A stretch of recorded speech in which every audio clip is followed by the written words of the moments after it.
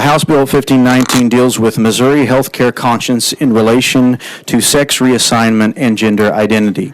Missouri has acted to protect minors from certain hormone treatments, gender reassignment surgeries, and other similar procedures through the SAFE Act. Now, Missouri's existing healthcare conscience protections should be expanded to include new language protecting medical professionals who do not wish to provide those transgender medical services that are still lawful. HB 1519 is designed to ensure that doctors, nurses, and other medical professionals aren't forced to leave their ethics and religious beliefs at the door when they serve their patients. I just want to point out that as much as folks say that this isn't a priority, we are sitting here in this hearing discussing this bill in a state where, in the space of protecting kids, we turn down federal money to feed kids over the summer. And yet we could be figuring out as a state how to be more efficient in that space, how to make those departments run efficiently so that we can protect kids and make sure they have the basic needs like food. But we're not doing that. We're sitting here talking about, we're sitting here really just being not minding our business about people's genitalia. As healthcare becomes increasingly politicized, medical professionals are being forced to choose between their deeply held beliefs and their livelihoods. Among Christian medical students, 36% say they have experienced discrimination during medical school based on their moral, ethical, or religious beliefs, or have been pressured to violate those beliefs. 1 in 5 medical students say they have chosen not to practice in a certain field because of hostility toward their beliefs in that area of practice. Most of the time, these students were on track to become pro-life OBGYNs who would have been able to provide critical care for women and their unborn babies.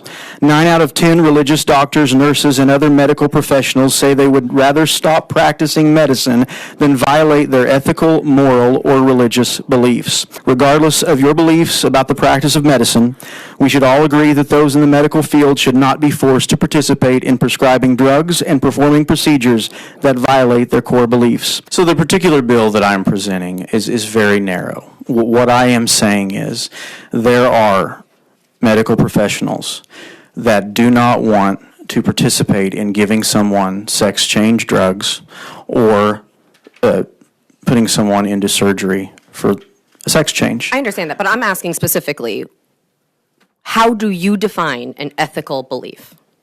When a medical professional takes an oath to do no harm, and that medical professional says, I cannot do this because I would be doing harm. And is that defined in your bill? Not that I'm aware of. I thought you were asking, Representative, for me to articulate my beliefs here. Well, I think it's important if that's what you're trying to do in this bill that you define it somehow. If we're talking about, folks relying on some moral compass, everyone has a different moral compass. Everyone has a different set of ethics, right? So how do we define that?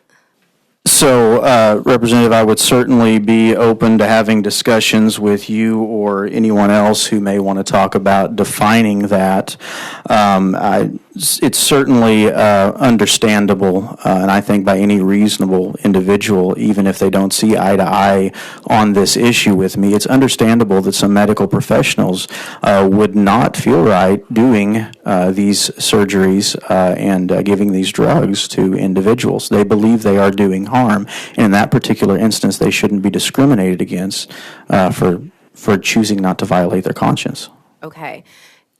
And Missouri is an at-will employment state, correct? It is my understanding it is, Representative. Okay. So if I were hired as, my background is in marketing. This is something that's happened to me.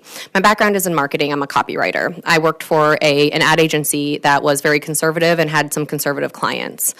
I had an assignment to work on a brand that was, they sold firearms and had a shooting range, and it was a very conservative brand.